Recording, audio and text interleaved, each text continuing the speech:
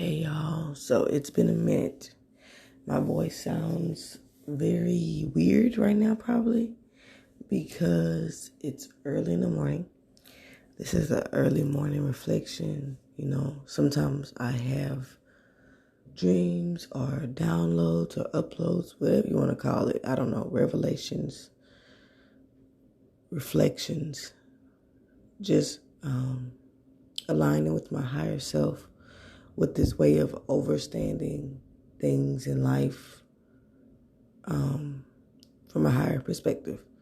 But I've started back working with kids, and so children are the best teachers to me. And so I've been reflecting a lot on children because they help you understand adults. Because at the end of the day, children and adults are the same, one and the same. It's just that as you grow, as you mature, as you get more experience in life, you get more power, authority, control.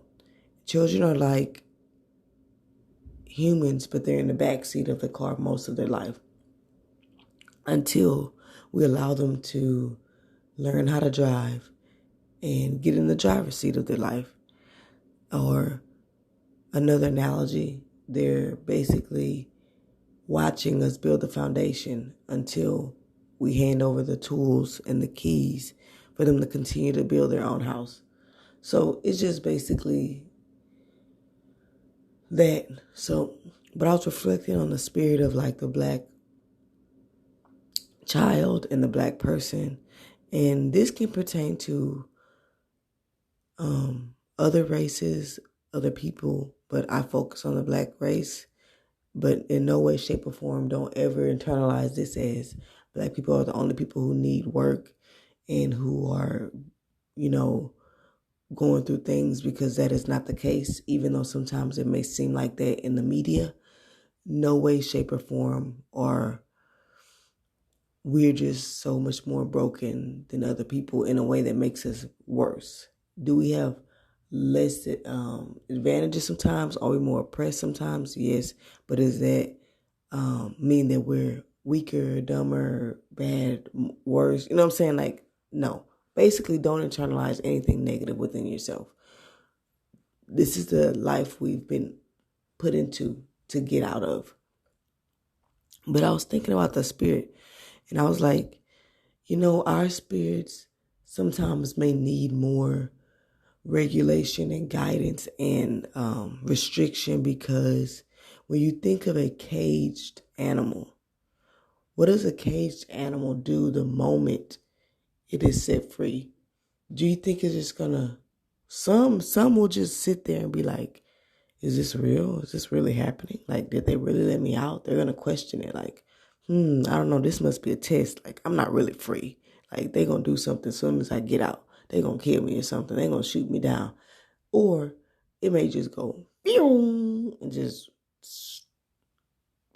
like plummet out of that cage and just no stop and just go crazy. And I've seen both reactions in animals and like dogs. So,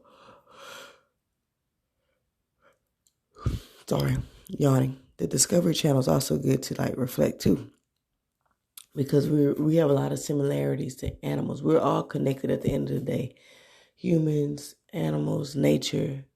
It's just that some things may come off a little more sophisticated because we have a different way of interpreting the energies within us, but it's all energy around this earth, whether it's internal, whether it's interpreted through collective consciousness, the mind through thoughts, whether it's reflected through emotions, whether it's reflected through the energies of our spirit and all this other kind of stuff, and how we act. People may think ADHD or hyper or bad or whatever, labels we add to it, because we don't understand that this person is just dealing with the energies around them as best as they can. And that we're all coming down here as like some new spirits, some young souls or new souls, some old souls who have been around for lifetimes and have a better understanding. But either way, we all get this little veil of forgetfulness when we get down here, and we need to kind of like have guidance to remember, And a lot of us did not have that. And that's kind of what spiritual teachers are, to kind of help you remember that you do have the inner knowledge, that you do have the wisdom.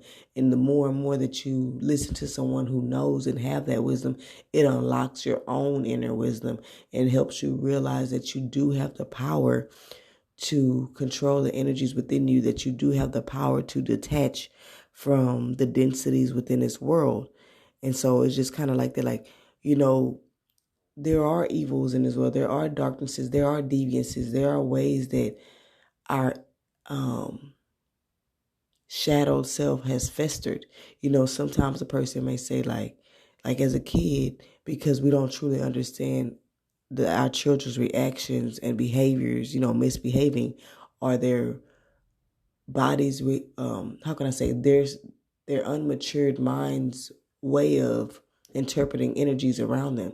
And so sometimes they may come off as seeming bad, because that's the label we associate with misbehaving. But honestly, it's just them trying to understand like what's going on with their body. They don't understand the emotions, the energies, the thoughts. Sometimes, like, people think children have the same mind as adults. Their mind tells them to do evil things. Sometimes their mind tells them to do bad things. Like, they clench their teeth and like want to hurt people when they're, like, I'm finna keep real. You ever been tickling somebody and you kind of want to just tickle them real hard and you're like, or something like that? It's like, but you know better than to not. Because why? Because somebody has taught you that hurting people is bad, doing this is bad, or a bad choice, and it's not that you are bad. It's that the mind has a lot of interpretations out of survival and just how it's evolved. It's not really, you don't have to go so deep into it, but basically sometimes your mind wants to do things that you should not do. And that's why I feel like as parents, that is our job, to teach our children there are things that are right and that are wrong. We should all have a basic moral compass of, you don't hurt people, you don't sexually abuse people, you don't steal from people, you don't, what I'm saying? Like, you don't take people's free will. Anything that is making a person do something that is not in their free will, like where you're not giving them a choice to, do what they want, other than like children. Parents, we kind of can't give our child every free will, because until they're mature enough to understand thoroughly their mind, we have to be their guide sometimes. We have to lead them sometimes, and I know when to allow them to lead sometimes. I try to go into a lot of this. I'm working on a master class for conscious parenting, and it's a little different from the gentle parenting because I'm still old school, and there are some things that I may do differently than a lot of conscious parenting parents or gentle parents or whatever, because sometimes those spirits, like, they need you to know that, no, you're not going to overtake my child. Like, I rebuke you. like, you know what I'm saying? Because it is energy out there. It is spirit out there, like spirits out there that are, our children are free spirits, and we are their protector until they are able to protect their own energy.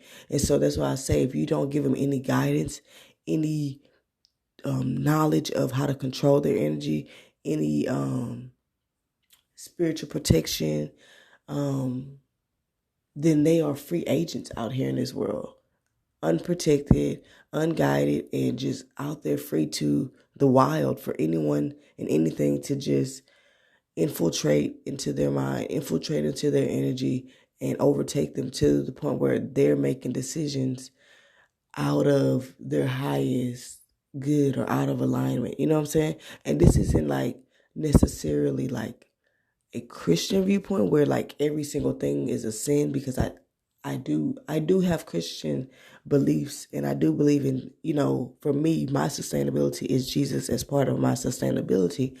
But I don't believe every single thing is a sin, like, or makes you a bad person.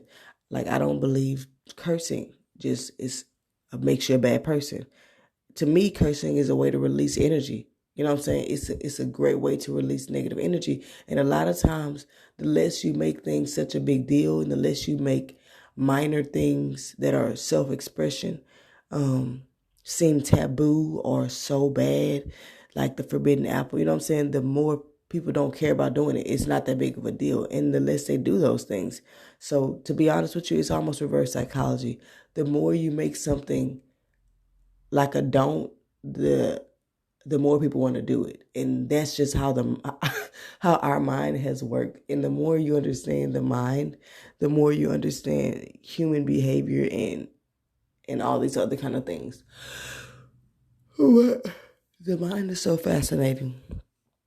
But I want you to also know and understand that your child is not their mind. Your child is not their behavior. Your child is not their energy. And neither are you. We are not our minds, the collective consciousness, the energies within us, the things that are in our genes and our DNA. We can choose. We have the autonomy, the sovereignty to choose the life we want and live it out.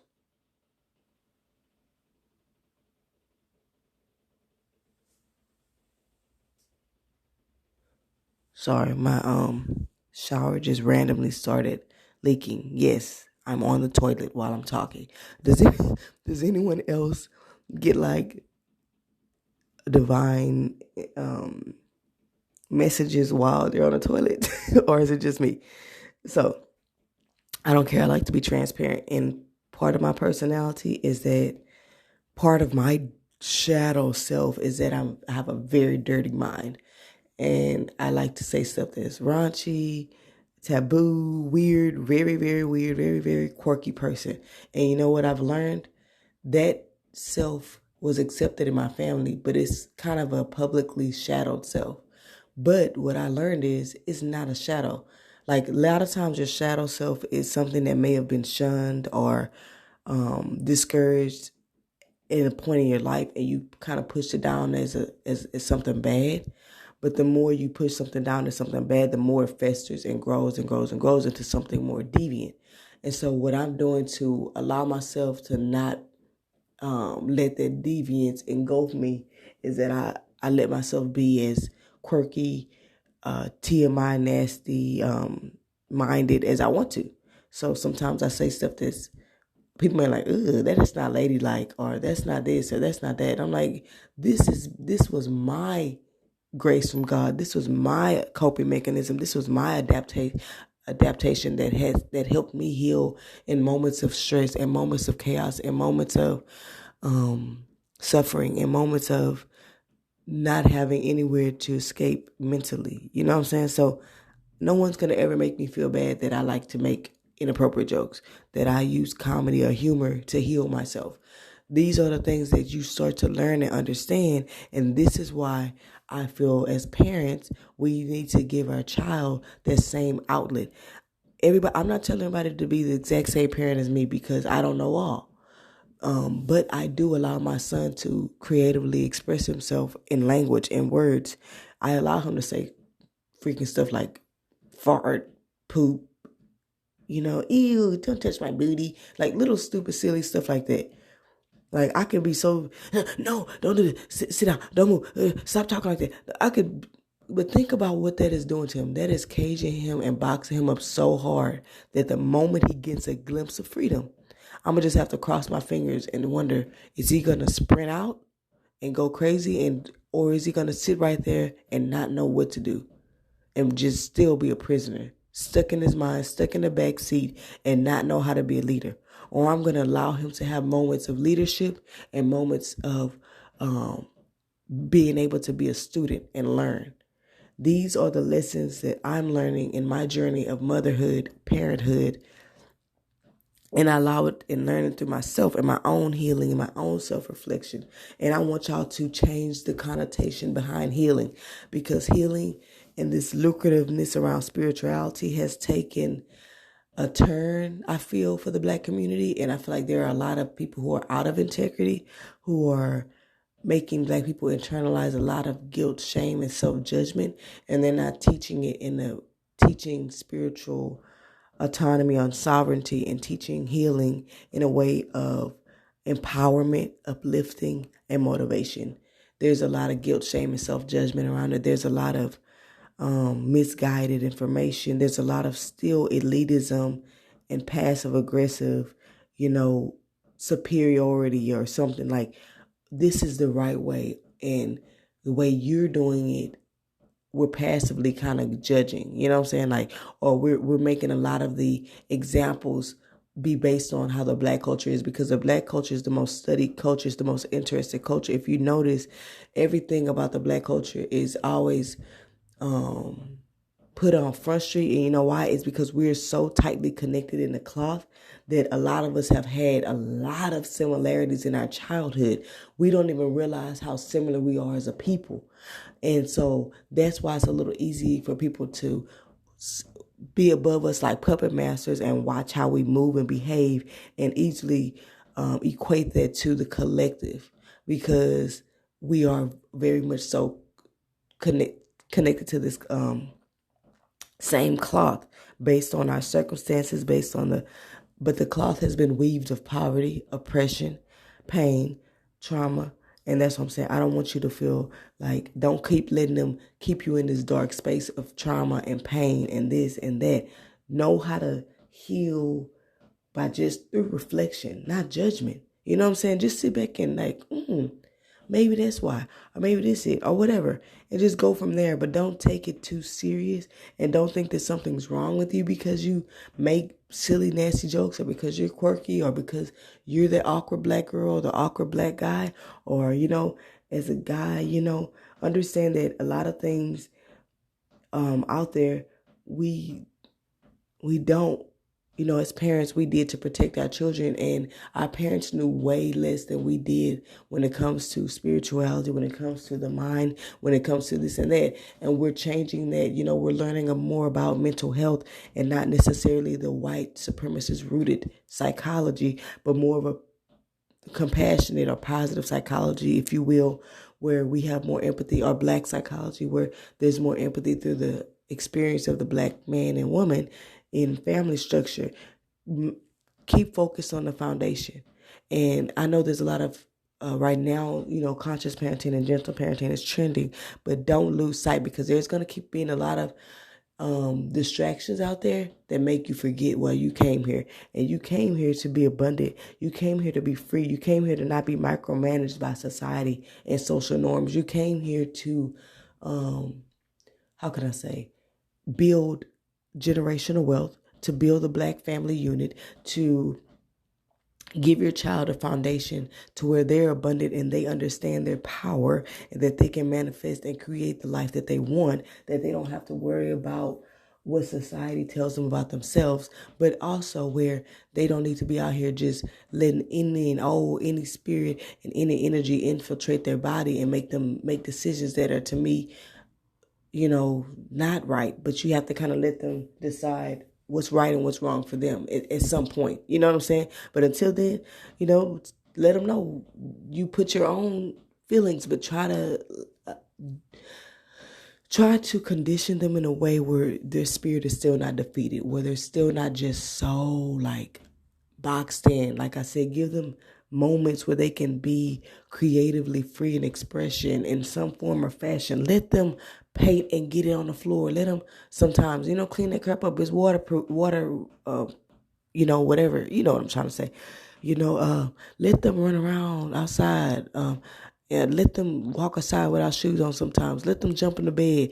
Let them get a little messy when they're eating. Let them go play in the dirt. Loosen the leash. I know there's a lot of internal fear that we keep on our children because of the fears of, this is a Black man, this is a Black woman. But at the end of the day, and also, some parents have two mindsets. It's either I got to keep them on a tight leash because they're not safe, or I got to let them go for 100% free because they're only going to be able to be a child and be free for so long before the world realizes this is a grown Black man or a grown Black woman and they're a threat now, or they're this or they're that now. And either way, our Black and white thinking is two extremes, and we need to come somewhere in the middle where we allow them to have the freedom, but we still guide them and teach them without instilling fear, just awareness and consciousness to be, to understand.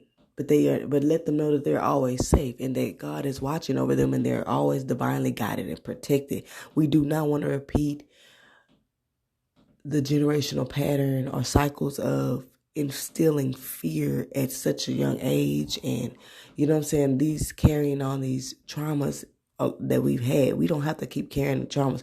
And people are saying, I'm conscious parenting to break generational curse and this and that. I don't like the word curse because it's like, to me, the connotation behind curse is some sense of like we're being punished for something, or this is like we're so messed up and we're so bad. Like white parents are just, they're not, what they're doing in their conscious parenting or what they're doing in their parenting has always been conscious. You a fool if you think white people have been woke and doing so much better than us. No, I've worked in childcare for so many years. You know how many white parents have come to me on pills, on liquor, on wine, on all this beer cans piling out the van, the kids saying, I'm going to bring a gun, hitting themselves, dang near beating themselves up, wanting to be murderers at 4 and 5 and 3. So trust me, everybody out here needs guidance. The thing is that they're never held accountable. And so this is why I say, don't get it twisted. We're not the only ones that need healing, but my focus is my people. And I'm going to keep being that focus. But that don't mean I'm never going to educate other races, because they need to have the education and knowledge too for us to become together, because divide and conquer is one of the biggest means of control. Because at the end of the day, it's not a white supremacy thing anymore. It's an elite supremacy. It's a means of people who are the most empowered, the most rich, and they can look like any vessel. A spirit can be in any vessel, and that everybody is not integrity just because they look like you. And so just understand, the thing that people want the most is power and money. And money is good. And money is a beautiful energy. You have to understand that it's not the money that's bad. It's the person with the wrong intentions, the person who does not know how to detach, the spirit that does not know how to detach from the evil or dense energies that are out here in this world. You know what I'm saying? Earth is a heavy land. It's physical. So that is a magnet for dense energies. This is why us as spirits, our body is of land, our body is of flesh and dense energy, but it's also a spiritual body. It's also a mental body, and those are lighter bodies. That's why we have the ability to align and, ground, like, either ascend the ground, kind of connecting with each of those bodies. And so sometimes you get very stuck in your human body and you can get, privy to the flesh. And then sometimes you're very up in your spirit and you're not grounded, and you can be privy to, the mental body, where there's collective consciousness and conditionings and a lot of old patterns or, mental memories and things of the collective that are not you. Either way it goes, you get to choose what's you and what's not you. Because I got to the point where in my spiritual journey, my awakening, where I became nothingness. That was the most scariest feeling ever. It wasn't freeing to me. And I was like, I'm nothing. I'm nobody. I'm nothing. When I truly let everything go, I fit in with nothing. And it's like, that's easy for people who may not have children or family, because they can just go off and be some guru somewhere in the mountains. But for me, I'm in the trenches. I'm with people, and I need to continue to ground with my culture, with my connection. So I chose to start picking the life I wanted and choosing the life I wanted, and to choose the energies that I wanted within my body. And that's how I got in the driver's seat and chose the life I wanted to have and who I wanted to be. You see what I'm saying? So just keep all this in mind. Hopefully this has awoken something in you and you can understand and get some higher perspective and some enlightenment. As always, keep God first. God and faith and family are grounding. They're the foundations. Peace, love, light, and healing energies. Be open to receiving them. I love you guys. Peace out. Rise and shine, guys. It is Saturday morning, and I have a lot of random stuff on my reflections on my mind. So today's conscious conversation is going to be a mom / dad / parent / caregiver / guardian edition. You're trying to cover everybody, But yeah, So, one, I want people to understand that stress is usually the root of a lot of our behaviors, reactions, emotions, underlying somewhere some type of stress. And stress is kind of like to me, an umbrella term for a lot of the things we deal with in life. Like life is the biggest stressor to me. So there's a lot of things that can contribute to the stress. It could be some type of like parental burnout, like maternal burnout, just being exhausted, not having a break from your children, constantly being needed and depended on for every single thing. It could come from your unconscious fears, your unconscious guilt and shame that so in stress and those unconscious emotions can make you believe it's something else. It can make you think, oh, my stress is my husband or my boyfriend or my job or my motherhood, but deep down it's the way you are internalizing their situation. It's the way your mind is perceiving the situation. Like if you're in an abusive relationship, you may think this toxic relationship is what's stressing me, is my stress, is my this, is my that. But honestly, you being in a psychological manipulation and having a lack of self-worth, because I've been there too. I've been in those type of relationships. The fear of maybe men, the fear of abandonment, the fear of these other things are really the reason why you're subjecting yourself. Because at the end of the day, what people don't realize is ultimately they have the power, and to say no, to say enough is enough, to establish boundaries. But a lot of times we fear physical pain, being rejected, or we're being manipulated psychologically to think we're the issue. There's so many things, but ultimately it's how we feel about it.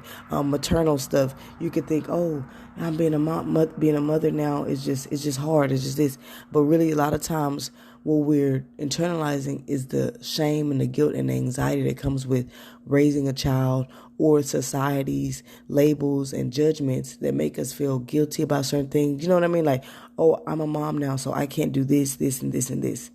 Oh, I'm a mom now, so I feel bad when I want to do this, but I shouldn't. Like, you see all these pressures we put on each other. Stress is also subconscious or unconscious pressure we put on ourselves. At the end of the day, ultimately what I'm trying to tell you is the power is in your hands. You have the power to alleviate, eliminate, manage, and regulate your stress levels. And you have to be conscious about that. Tap into your body, tap into your internal system, your internal brain, because you can look at it from a chakra system, or you can look at it just as your body.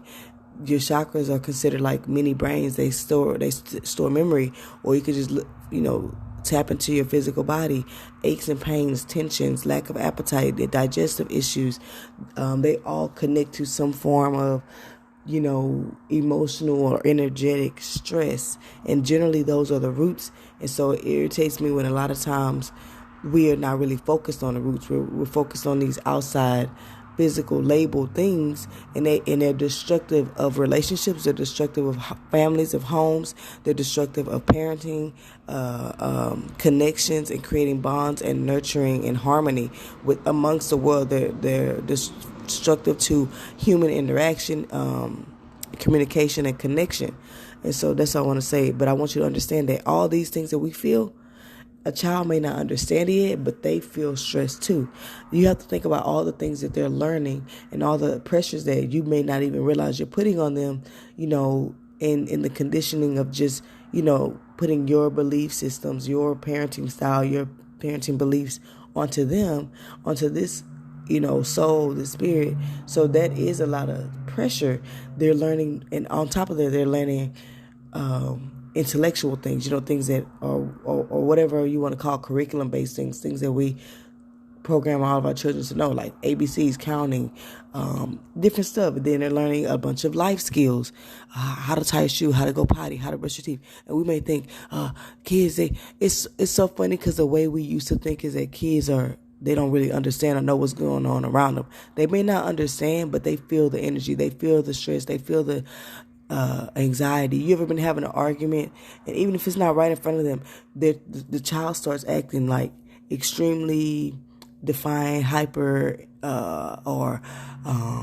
kind of like more irritating. Like they're feeling that energy. Like that's why a lot of times people say cleanse your home after a heated argument or after a conflict or confrontation, or cleanse the environment, or just have intentions and prayers set to protect your child that they can make it through any situation. If you do energy clearing practices, then you need to be doing the same thing for your child, because you may not think that they hold on to things, but they are. They're trying to maneuver through this world, and you have to model the life skills, holistic life skills that they're going to need to have as tools to maneuver through this world. At the end of the day, you are creating their foundation. You are creating the fundamentals that they're going to carry with them for the rest of their lives. Yes, they can tweak and remove and let go or whatever they feel like is not really for them, but ultimately they will have something to work with. I always say the parent is like, so the road trip of life. You know what I'm saying? The road trip is your journey through life. And it's your job to give your child a car that's reliable, with a full tank of premium gas, you know what I'm saying, and just equipped to take it through this journey. You don't want to give them a broken down hoopty with a flat tire and on E. How far are they going to get with that? And they need the keys. They definitely not going to even start the car. They're not going to move at all, no matter what. You can always bring gas to them. You can always bring a tire to them. But if the key's not there, the car's not going to start. You get what I'm saying? So your job is to equip them with that foundation. That car is that foundation to journey through their road trip of life. Or you can look at it a house metaphor analogy. Your job is to build that foundation solid as a rock. So even if the structure of the house that they continue to build over time isn't that strong, at least the foundation can withstand the tornado of life, as I like to call it. You know, the whirlwind of life, because life can knock you off your feet, can crumble a structure, can, you know, make you crash. But at the end of the day, do they have the tools to bounce back? Do they have the tools to rebuild? Do they have the tools to get the car fixed? I'm speaking in analogies and metaphors. I just love that kind of way of thinking because it kind of helps. And I use that today with my son. Yeah, and that's another going into my other thing I want to talk about. You know, people can talk about immunity and you know, vibrating high and staying healthy and staying this. And I totally am for it. I do believe in eating healthy, doing your immunity practices, you know, doing steams, whatever you do, staying in positive environments. But for a lot of us who are still in the trenches, you know, we have stressful jobs. We are around a lot of children, or we are, some people work in prison, some people work in just all kind of things where they're constantly in contact with people. You have to understand, I know COVID has happened, other viruses are emerging, but don't forget that viruses have always been around. And back in the day, we didn't exacerbate it or catastrophize it. You know, people had viruses. I was like, oh, that's just one of them 24-hour viruses. Oh, that's just this or that's just that. Sometimes we have to get back to that. And sometimes it's not to be blown out of proportion. Sickness is inevitable. You know, some people, yeah, they can say they never had a sickness, but how deep in the trenches are they? How involved with children or a bunch of people who are exposed to high germs environments are they around? You know what I'm saying? Like, you have to look at a person's situation and see what's the reality of it. And, you know, God work in mysterious ways, because I know a lot of mothers can attest to this. When you're taking care of your child and you giving them that soup or giving them their fluids and you know, cleaning their butt and they have diarrhea, they're throwing up. And yeah, motherhood is one of the nastiest jobs you're going to ever have. But when you're doing all this stuff, TMI, I hope you're not eating. But when you're doing all these things, you notice that God never lets you get sick a lot of the times. You may get sick after, but it's like He keeps you healthy through that. You know, being a teacher, once you build your immunity to these children, like, I've been around kids, it's a whole little virus going around right now. You know, the typical viral symptoms, running diarrhea, vomiting, tummy ache, that kind of stuff. Some kids have respiratory infections, ear, nose, throat type stuff. But it's like, I had my little throat thing last month, but like, I haven't had any symptoms, knock on wood, literally just knocked on wood. But, you know, it's like, I feel like that's God's, you know, keeping me strong so I can be strong and help those who need me. God will protect you and cover you. And it's also a mind thing. You have to know how to not. Your mind is very powerful. Your mind is part of the spirit to me. And so what you choose to believe, you will manifest. If you choose to focus on negativity, and things that fuel you with more fear, more guilt, more shame, more judgment, more hate, more anger, more skepticism, more cynicism, guess what? That's what your reality gonna be. Every situation you're in, that's the lens you're gonna see it from. And I know as Black people, we see things because we've been so conditioned with a lot of those emotions. Everything we watch, there's some kind of when someone's doing good that look like us, boom, something bad happens. Or when everything's happened, boom, something bad happens. So what does that do? That starts to fuel us with paranoia, skepticism, cynicism. When somebody tries to make good deeds, what happens? They end up going down. All of these things that are like subliminal messages that make us like destructive within our community, destructive within ourselves, destructive within us as a whole, as a people. And so this was I talk a lot about media manipulation. I have more videos. Look into my media manipulation videos, but there's a lot of conditioning outside of parenting that make us prejudiced, biased, racist, whatever. And people have to be aware.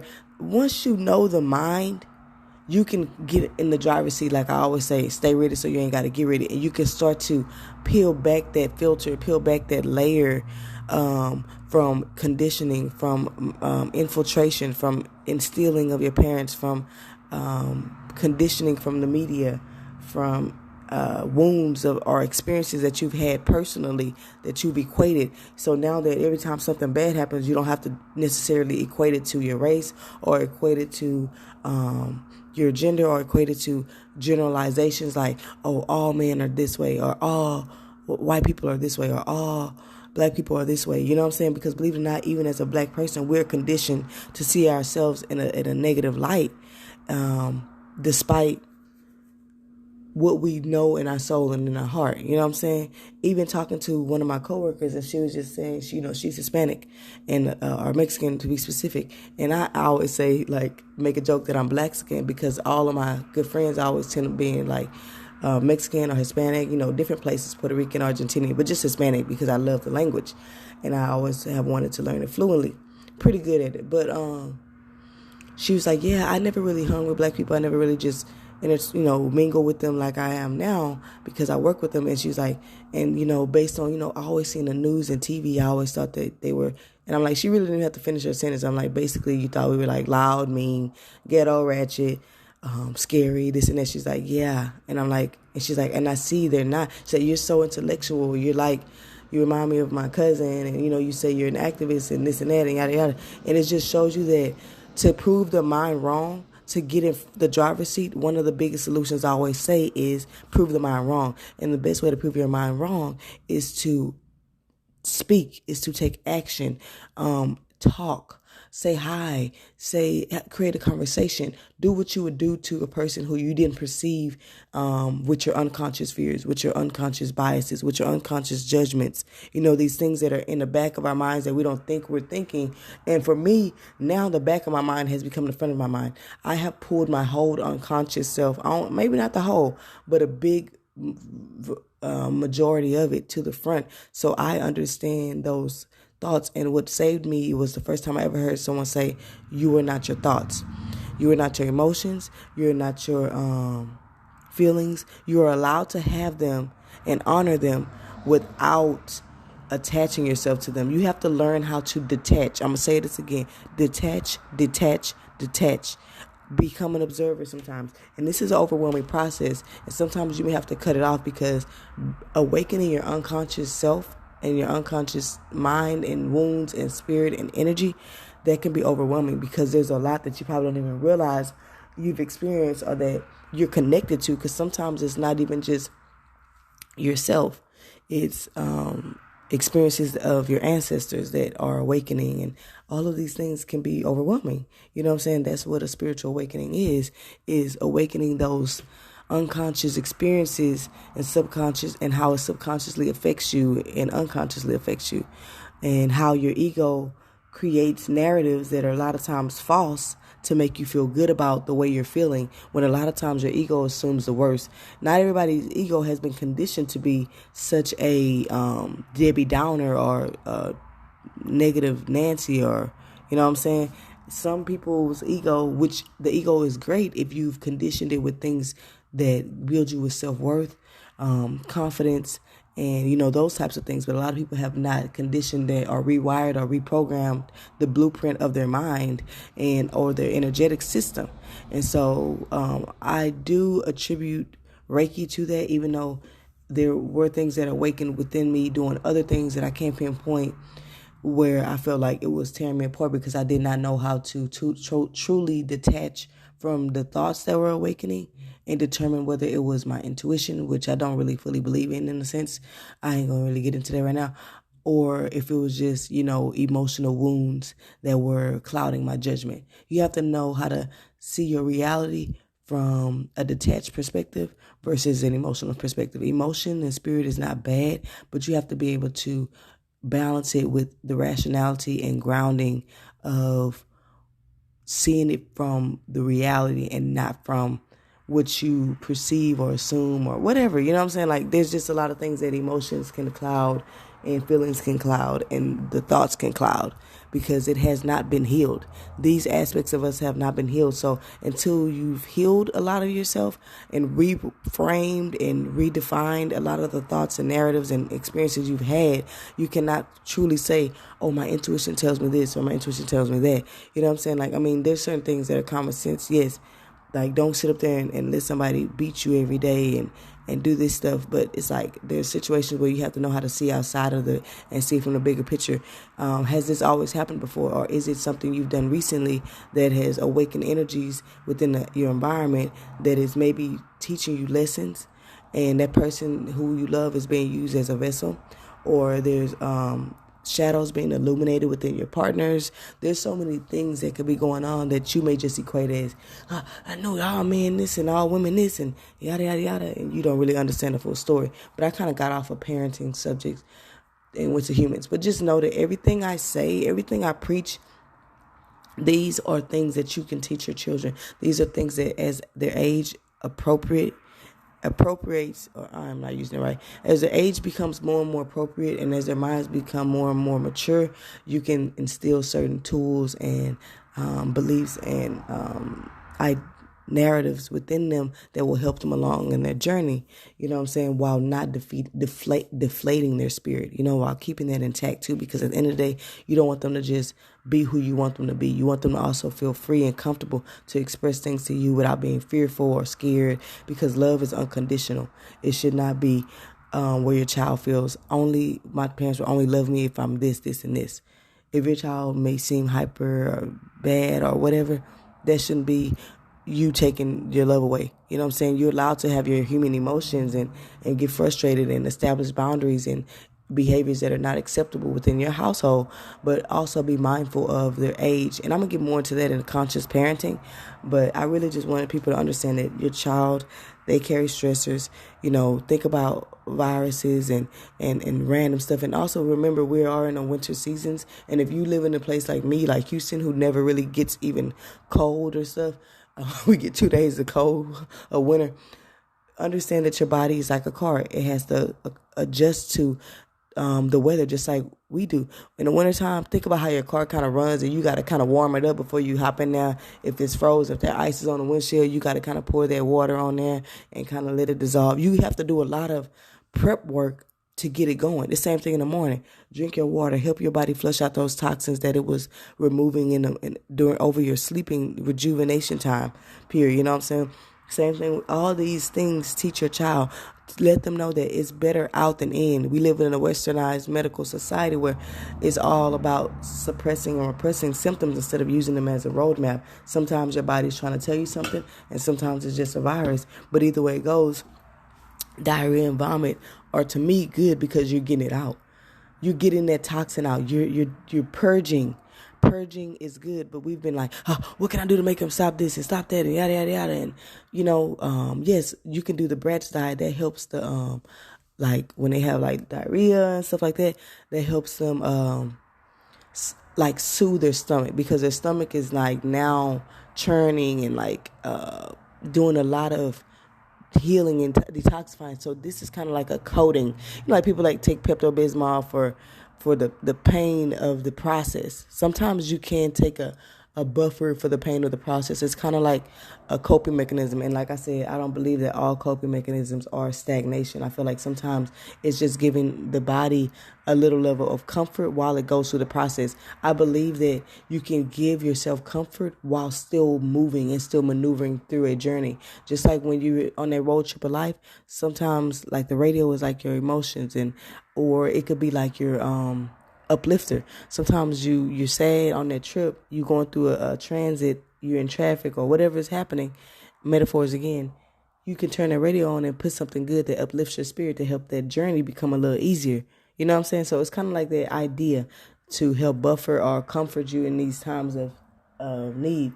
And so I will be trying to do something on immunity and like remedies, old school and new school remedies for sicknesses, viruses, those types of things that a lot of like, granny, like our grandmothers and grandfathers and all their ancestors kind of like told us back in the day to kind of help us get through stuff. Because at the end of the day, we didn't always have, the knowledge or the assistance or the support medically, or we didn't trust it. And that's something else that's continuously perpetuated. And I always say, whatever builds fear in me, I try to find a way to get out of it. So yeah, I choose to trust until something within me gives me a really distinctive reason to not trust. Like, I don't want to go and feel like I have no safety in the hospital, no safety with the doctor.